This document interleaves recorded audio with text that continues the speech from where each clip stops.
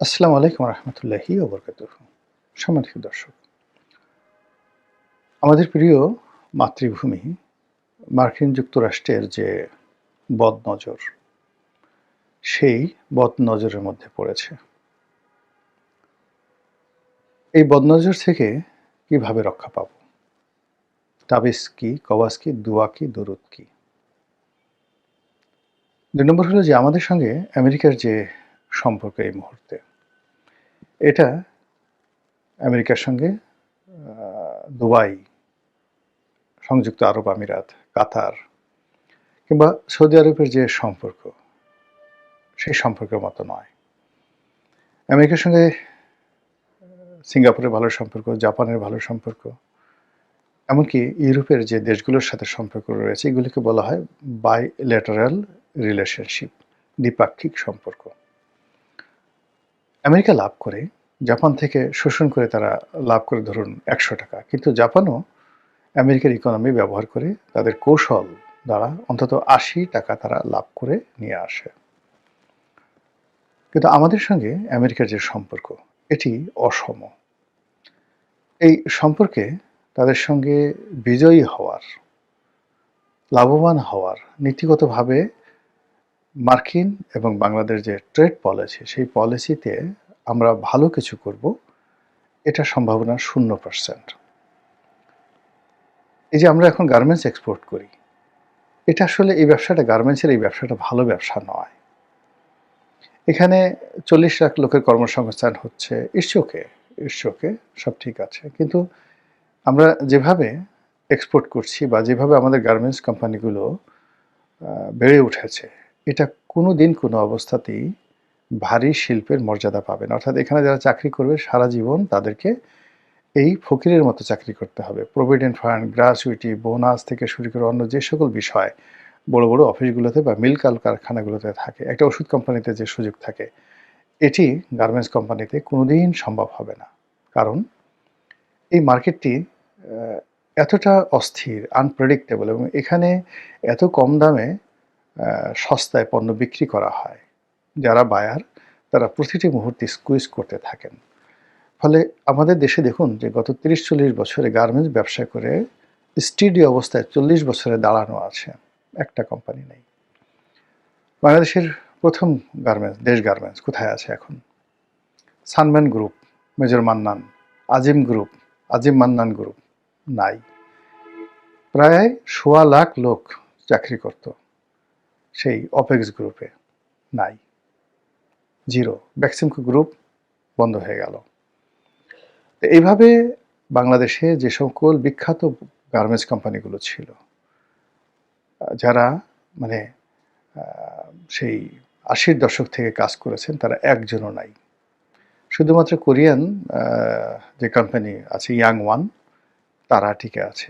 এর বাইরে দাদা সাভার, দাদা যাকে বলা হয় ঢাকা, মানে এটা কোরিয়ান কোম্পানি ছিল, খুব বড়। চাইনিজ লিংফুং নামে খুব বড় একটা গার্মেন্টস ছিল ইপিজেটে, একটাও নাই, সব শেষ হয়ে গেছে।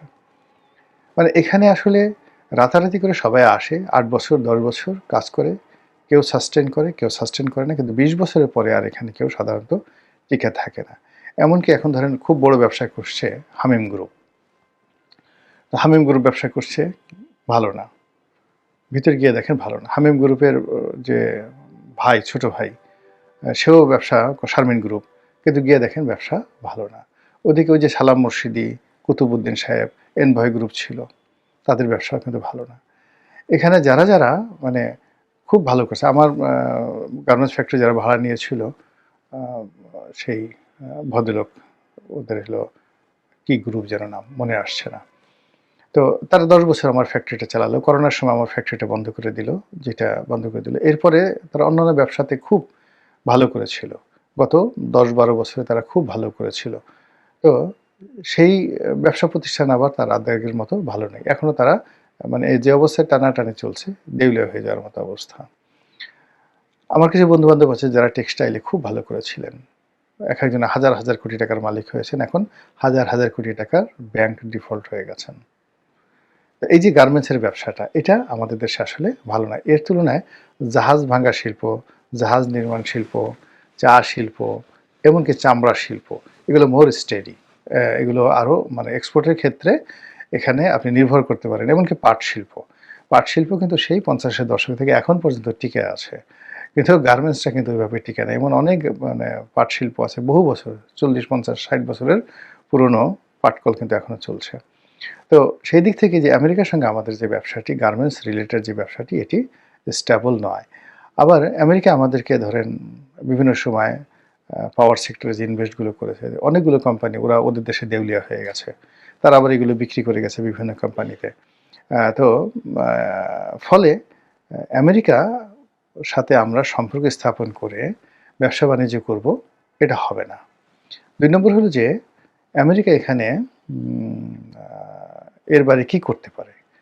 এর বাইরে এখানে তারা একটা সামরিক ঘাঁটি করে, আমাদের কাছে অস্ত্র বিক্রি করে, আমাদের এই ভূখণ্ডে এই এলাকাতে তারা অশান্তি তৈরি করে বিরাট একটা অস্ত্রের বাজার তৈরি করে ফেলতে পারে। ভারতের 7 সিস্টার, বাংলাদেশ, তারপর শেষে আপনার মায়ানমার, এই বিস্তীর্ণ অঞ্চল। মায়ানমারের এর বাইরে গিয়ে আপনি যদি থাইল্যান্ড, মানে এর সাথে সীমান্ত থাইল্যান্ড, চীনের বিরাট একটি অংশ। মায়ানমারকে যদি অশান্ত করতে পারে, চীনের একটা বিরাট অংশ অশান্ত করতে পারে। এবং এখানে যদি গেরিলা যুদ্ধ হয়, তাহলে অস্ত্র আনবেন কোত্থেকে? আমেরিকা থেকে অস্ত্র আনবেন, চোরাচালানি হবে আমেরিকার সাথে, মানে একটা রমরমে ব্যবসা। এবং এই কাজটির জন্য বাংলাদেশের উপর আমেরিকা থাবা বিস্তার করার জন্য যে প্ল্যান করেছে, এটি আমাদের সবচেয়ে মানে ভয়ঙ্কর। অর্থাৎ একটা সময় ভারতবর্ষে যখন চেঙ্গিস খান আক্রমণ করতে চাইলেন সুলতান ইলতুৎমিশের জামানাতে, তো ওই সময়টাতে পুরো দিল্লিতে কান্নার রোল পড়ে গিয়েছিল, পুরো দিল্লিতে। বিকজ চেঙ্গিস খান যদি দিল্লি আক্রমণ করে কি ঘটতে পারে, এটা মানুষজন তখন বুঝতো। তো পরবর্তীতে আবার আলাউদ্দিন খিলজির সময়টাতে চেঙ্গিস খানের বংশধররা বারবার চেষ্টা করেছে, পারেনি। কিন্তু চেঙ্গিস খান যখন আক্রমণ করার জন্য একেবারে ইন্ডিয়ান সীমান্তে এসে উপস্থিত হয়েছিল, দিল্লি মানে রীতিমতো সুলতান ইলতুৎমিশ তখন ক্ষমতায় আসছেন। মানে এটা ইতিহাসের যারা পাঠক তারা বুঝতে পারবেন যে পুরো ভারতবর্ষে কিভাবে আতঙ্ক ছড়িয়ে পড়েছিল। কিন্তু আমরা এখন মানে এই মুহূর্তে বাংলাদেশের উপর আমেরিকার যে কালো ছায়া পড়েছে, সেই কালো ছায়ার কারণে আমাদের সামনে যে ভয়াবহ বিপদ এবং বিপত্তি আসছে, আমরা সেই মধ্যযুগের মতো রাজনৈতিক সচেতন নই। যদি রাজনৈতিক সচেতন থাকতাম, আমরা কিন্তু কান্না করতাম, প্রচণ্ডভাবে কান্না করতাম।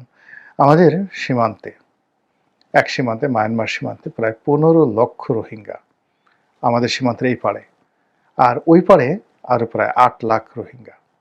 এই 15 লাখ আর 8 লাখ, 23 লাখ রোহিঙ্গা সশস্ত্র, এর মধ্যে একটা বিরাট অংশ সশস্ত্র, যাদেরকে ট্রেনিং দেওয়া হয়েছে যুদ্ধ করার জন্য, এবং তাদেরকে নিয়ে আমেরিকা খেলছে, তাদেরকে নিয়ে চীন খেলছে, তাদেরকে নিয়ে ভারত খেলছে, এমনকি আমরা বাংলাদেশ, আমরাও খেলার চেষ্টা করছি। এই 23 লাখ রোহিঙ্গা জনগোষ্ঠী, এরা যদি আমাদের দিকে মুভ করে, পুরো চট্টগ্রাম বাংলাদেশ থেকে বিচ্ছিন্ন হয়ে যাবে, পুরো চট্টগ্রাম। আর চট্টগ্রাম যদি আমাদের কাছ থেকে বিচ্ছিন্ন হয়ে যায়, আমরা সমুদ্র বন্দর কোথায়? আমাদের আর কোনো সমুদ্র বন্দর নেই। মংলা দুর্বল বন্দর। ওই যে পটুয়াখালীর যে কলাপাড়াতে একটা করা হয়েছে পায়রা সমুদ্র বন্দর, ওখানে তো কোনো জাহাজই ভিড়তে পারে না। আমার বাড়ির পাশের এলাকাতে এটা ব্যাড ইনভেস্টমেন্ট। এটা ইমিডিয়েটলি বন্ধ করে দেওয়াটা সবচেয়ে বুদ্ধিমানের কাজ। মানে ওখানে যা লস গেছে গেছে, কিন্তু এই কাজটি করা ভালো হয়নি। বরং সেই তুলনায় মংলাকে ডেভেলপ করলে অনেক অনেক ভালো হয়। তো এই যে চট্টগ্রাম বন্দরকে নিয়ে, পুরো পার্বত্য এলাকা নিয়ে আমরা যে অশান্তির মধ্যে আছি, এবং এই অশান্তির বীজ বপন করছে এখন আমেরিকা। তুরস্ক বসে নাই। আপনি বোঝার চেষ্টা করুন, বাংলাদেশের রাজনীতিতে এখন তুরস্ক অত্যন্ত শক্তিশালী ভূমিকা পালন করছে। তুরস্কের এজেন্ট, তারা কোটি কোটি ডলার এই বাংলাদেশে তাদের দালাল ফড়িয়া এদের মাধ্যমে তারা এখানে বিনিয়োগ করছে। এর কারণ হলো তারা একটা ইসলামী বিপ্লব ঘটাতে চায় বাংলাদেশে, এবং সেটাও উপলক্ষ রোহিঙ্গা। এর কারণ হলো এই যে 23 লক্ষ রোহিঙ্গা, তারা 100% মুসলিম। এই 100% মুসলিম রোহিঙ্গা জনগোষ্ঠী যারা যুদ্ধ করতে পারে, এবং তাদের মাধ্যমে চট্টগ্রাম অঞ্চলে যদি অশান্তি তৈরি করা যায় এবং ওখান থেকে যদি একটা ইসলামের মানে আওয়াজ তোলা যায়, তাহলে তুরস্ক এখানে মানে তাদের একটা দ্বিতীয় ঘাঁটি তারা করতে পারে। এই কারণে দেখেন, রোহিঙ্গা সমস্যা হওয়ার সাথে সাথে এরদোয়ান সাহেবের স্ত্রী বাংলাদেশে ভ্রমণ করে গেছেন। এরপরে মাঝে মধ্যেই তুরস্কের লোকজন আসে, এবং এখন এই যে আমি ভিডিও করছি তার একদিন আগে আমি দেখলাম এরদোয়ান সাহেবের ছেলে তিনি কক্সবাজারে আসছেন রোহিঙ্গা ক্যাম্প পরিদর্শন করার জন্য, এবং অ্যাক্সিডেন্ট করেছেন। এত মহব্বত কেন রোহিঙ্গাদের জন্য তুরস্কের? তারা তুরস্ক এই মুহূর্তে কীভাবে চালাচ্ছে? ভারতের কথা তো জানেনি। সেখানে শেখ হাসিনা মানে আওয়ামী লীগের একটা বিরাট ক্যাবিনেটকে, সংসদকে, হাজার হাজার নয় কয়েক লাখ লোককে আশ্রয় দিয়ে তারা ভারতে রেখেছে এই বাংলাদেশের উপর আধিপত্যবাদ দেখানোর জন্য। পাকিস্তান সরাসরি বিমান সার্ভিস চালু করতে চাচ্ছে, এবং বাংলাদেশের মানে পাকিস্তান 1971 সনে বাংলাদেশের ব্যাপারে তাদের যত আগ্রহ ছিল, তখন আসলে তারা বাংলাদেশকে পাত্তা দিতে চাইতো না। বরং ওখানকার যে রাজনৈতিক নেতৃত্ব এবং মিলিটারি নেতৃত্ব, দ্য বিট্রায়াল, ওখানে যে কয়টা বই লিখেছে, জেনারেল নিয়াজি লিখেছেন, অন্য যারা লিখেছেন, তো the betrayal of east Pakistan, তো সেখানে আপনি দেখবেন যে আসলে ওই সময়টাতে যারা পলিটিক্যাল নেতৃত্ব ছিল, জুলফিকার আলী ভুট্টোর নেতৃত্বে, তারা এই বাংলাদেশকে মনে করতো লায়াবিলিটিস। কিন্তু এখন তারা লায়াবিলিটিস মনে করে না। এখন তারা মনে করে বাংলাদেশে আগের মতো করে দখল করা সম্ভব না, কিন্তু বাংলাদেশের সঙ্গে তাদের বন্ধুত্ব, তাদের প্রভাব প্রতিপত্তি এটা যদি থাকে, তাহলে এই বাংলাদেশের ঘাঁটি ব্যবহার করে, যেটাকে বলা ইস্টার্ন রিজন, পূর্বাঞ্চলীয় যে কমান্ড, ভারতের পূর্বাঞ্চলীয় কমান্ড, সেই পূর্বাঞ্চলীয় কমান্ডকে তারা ব্যতিব্যস্ত রাখতে পারে। এবং বাংলাদেশে যদি পাকিস্তানের তৎপরতা বৃদ্ধি পায়, ভারতের 7 সিস্টার যদি উত্তাল থাকে, তাহলে ভারতকে অন্ততপক্ষে 4 থেকে 5 লাখ অতিরিক্ত সৈন্য এই 7 সিস্টারে সবসময় বিজি রাখতে হবে, এবং এটা পাকিস্তান চাচ্ছে। আর এই যে ভারতের 4 লাখ সৈন্যকে যদি যুদ্ধ অবস্থায় এই অঞ্চলে রাখতে হয়, পাকিস্তানের এই চালের ফলে ভারতের বিলিয়ন বিলিয়ন ডলার নষ্ট হবে। তখন কি হবে? তাদের যে ওয়েস্টার্ন রিজন আছে, মানে পশ্চিমাঞ্চল রয়েছে, এবং এই পশ্চিমাঞ্চল মূলত ভারতের সাথে পাকিস্তানের যে সীমান্ত, পাঞ্জাব এবং কাশ্মীর, এই অঞ্চলে পাকিস্তান আধিপত্য দেখাতে পারবে। বুঝতে পারছেন ঘটনা? চীনও বসে নেই। চীনও বাংলাদেশে মানে ভারতকে নাজেহাল করার জন্য, নিজেদের আধিপত্য বিস্তার করার জন্য, এবং এই অঞ্চলে যাতে আমেরিকা মানে বার্মা অ্যাক্ট চালু করতে না পারে। যদি বার্মা অ্যাক্ট তারা চালু করতে পারে, অর্থাৎ মায়ানমার পার্বত্য অঞ্চল, এই পুরো এলাকায় যদি আমেরিকা তাদের প্রভুত্ব বিস্তার করতে পারে, তাহলে সংশ্লিষ্ট মায়ানমারকে ঘিরে যে চীনের যে রিজিয়নগুলো আছে, সেই রিজিয়নে অপতৎপরতা শুরু হয়ে যাবে। চীনের অখণ্ডতা নষ্ট হয়ে যাবে।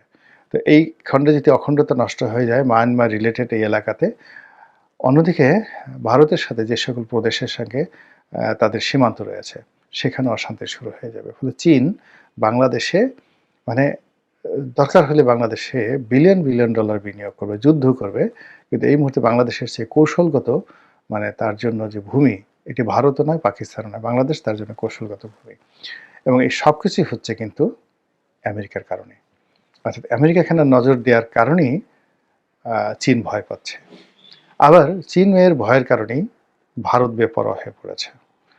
আর এই সকল মানে যারা পক্ষ আছে, আন্তর্জাতিক পক্ষ, তাদের প্রিভিলেজ পেয়ে আমাদের মধ্যে যারা ইসলামপন্থী রয়েছেন, তারা ইসলামী খিলাফত প্রতিষ্ঠা করতে চান। যারা বিচ্ছিন্নতাবাদী রয়েছেন, তারা চট্টগ্রাম বিচ্ছিন্ন করতে চান। যারা জুমল্যান্ডের স্বপ্ন দেখেন, তারা জুমল্যান্ড প্রতিষ্ঠা করতে চান। কেউ রোহিঙ্গা ল্যান্ড প্রতিষ্ঠা করতে চান। আর এরকম অবস্থায় একটা মানে দুর্বল সরকার ক্ষমতায় এসেছে। বর্তমান সরকার তারেক রহমানের যত সংখ্যাগরিষ্ঠ থাকুক না কেন, এটাকে আপনি শক্তিশালী সরকার বলতে পারেন না। খুবই দুর্বল সরকার। এমনকি ডক্টর মোহাম্মদ ইউনূসের চাইতেও দুর্বল সরকার। আর কদিন পর এটা টের পাবেন। আর এই দুর্বল সরকারের মধ্যে আমেরিকার যে সাম্রাজ্যবাদ খুব দ্রুত এটা বিস্তার লাভ করবে। এখান থেকে বাঁচতে হলে সবার আগে দরকার গণতন্ত্র, সবার আগে দরকার রাষ্ট্রীয় কর্মে জনগণের অংশগ্রহণ, সবার আগে দরকার জনসচেতনতা বৃদ্ধি। আমাদের প্রধানমন্ত্রী, আমাদের মন্ত্রী, আমাদের এমপি, আমাদের রাজনৈতিক নেতৃবৃন্দ যখন এই বিষয়গুলো যা বললাম তারা আরও ভালো করে বলতে পারবেন, বুঝতে পারবেন, মঞ্চে তারা যখন কাঁপাতে পারবেন, জনসচেতনতা তৈরি হবে, ঠিক সেই সময়টাতে যে আশঙ্কার কথা বললাম, সেই আশঙ্কা থেকে নিজেদেরকে, দেশ এবং জাতিকে রক্ষা করা সম্ভব হবে। মহান আল্লাহ আমাদের সবাইকে হেদায়েত দান করুন এবং হেফাজত করুন। আসসালামু আলাইকুম ওয়া রাহমাতুল্লাহি ওয়া বারাকাতুহু।